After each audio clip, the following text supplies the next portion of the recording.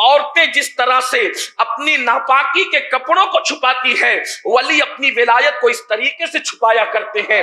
اب اس سے بڑی بات میں آپ کے سامنے کیا کہہ سکتا ہوں؟ میں نہیں کہہ رہا ہوں، یہ سید الطائفہ جنید بغدادی کہہ رہے ہیں، اس پر میں کوئی تبصرہ نہیں کر سکتا، لیکن لوگ جانتے ہیں اس معاملے میں عورت اتنی باغیرت ہوتی ہے کہ وہ اپنے شوہر سے بھی اس چیز کو چھپایا کرتی ہے۔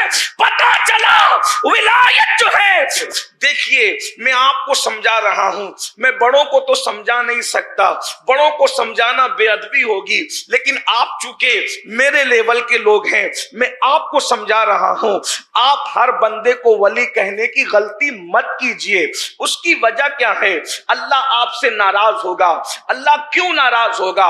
مثال کے طور پر اگر کسی چلتے پھرتے بندے کے بارے میں آپ کہہ دیں کہ یہ امین القادری کا دوست ہے، میں نے اس کو کبھی دیکھا نہیں، نہ کبھی جان ہے نہ پہچان ہے، آپ نے کہہ دیا یہ ان کا دوست ہے۔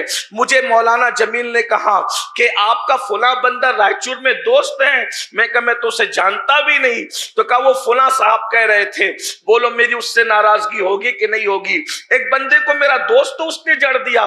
اب آپ مجھے بتاؤ بھائی، جو میرا دوست نہیں ہے، جو میرا رشتہ دار نہیں ہے، جو میرا متعلق نہیں ہے، آپ نے کہہ دیا تو میں آپ سے ناراض ہوں گا کہ نہیں ہوں گا؟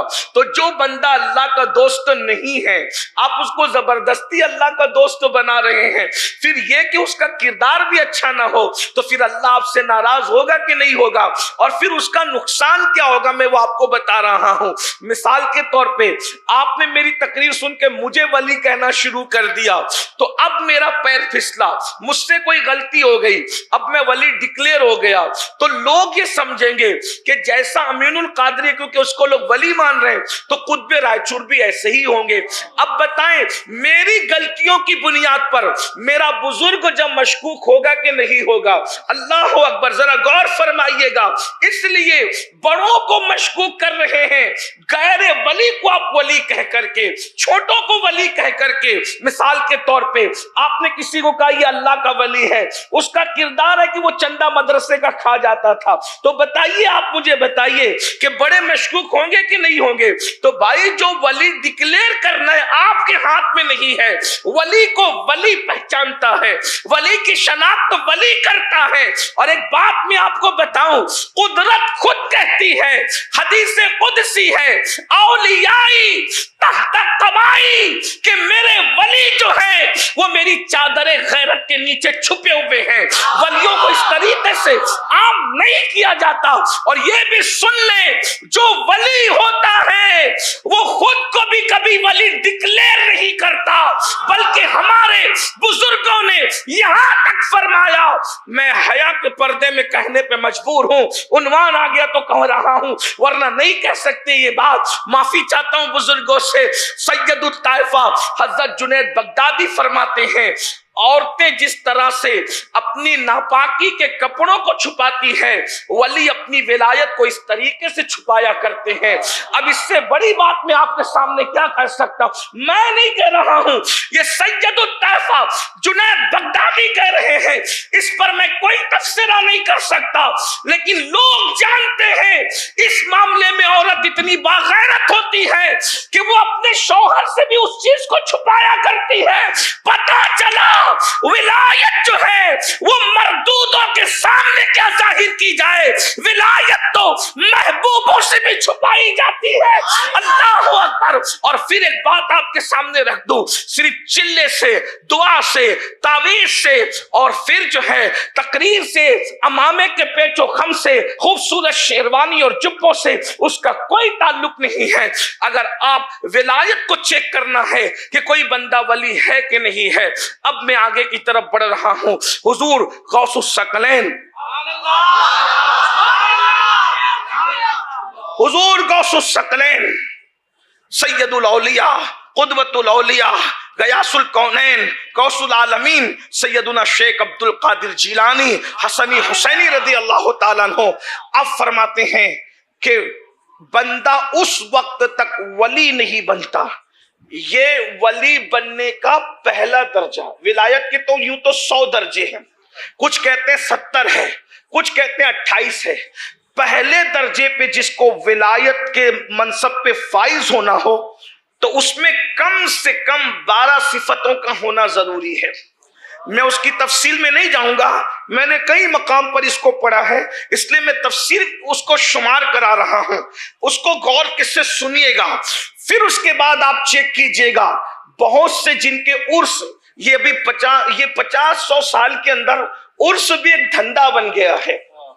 ایک دھندا ہے، سجادہ نشینی دھندا ہے، پیری مریدی دھندا ہے، عرس دھندا ہے. چند چھوکرے مل جاتے ہیں، کسی بھی مزار کو ڈھونڈ لیتے ہیں، کہیں کچھ بھی نہیں ہے. اور اب تو یہ ہو گیا ہے، اب معاذ اللہ شوق یہ ہے کہ میرا بھی عرس ہونا چاہیے.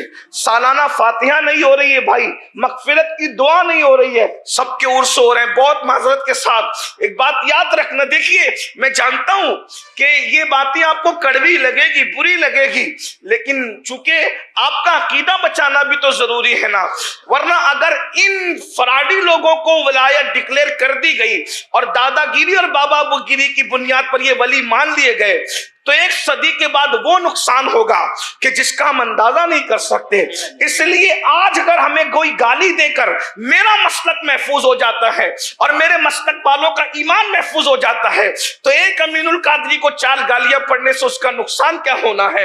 یاد رکھیے گا، اس لیے میں یہ بات کر رہا ہوں، یہ ریکارڈ بنے گی کہیں نہ کہیں، کبھی نہ کبھی تو لوگوں تک یہ ذکر آئے گا کہ جس وقت یہ فراڈ ہو رہا تھا اس وقت تو کچھ لوگ ایسے تھے جو چیخ رہے تھے، جو چلا رہے تھے، جو آواز لگا رہے تھے، جو احتجاج درج کرا رہے تھے. یاد رکھنا، احتجاج درج کرایا ہوا وقت کے زمانے اور حالات کے ساتھ لوگ اس زمانے میں دبا دیتے ہیں، لیکن ہر زمانے میں وہ زندہ رہتا ہے.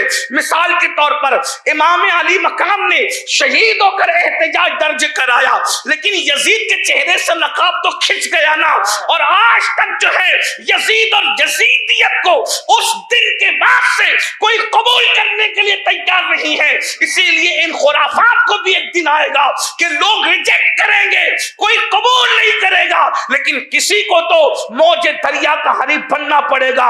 بہت کچھ سوچ کر میں بھی بنا ہوں موج دریا کا حریف، ورنہ میں بھی جانتا تھا عافیت سائل میں ہے. اللہ اکبر، میٹھی میٹھی باتیں کر کے یقیناً بہت کچھ وصول کیا جا سکتا ہے، مگر ہم لوگ اپنے بزرگوں کے وفادار ہیں، اپنے مسلک کے وفادار ہیں. اس لیے اب ذرا دل کے کانوں سے سننا، لیکن بے حوالہ کوئی گفتگو نہیں ہوگی.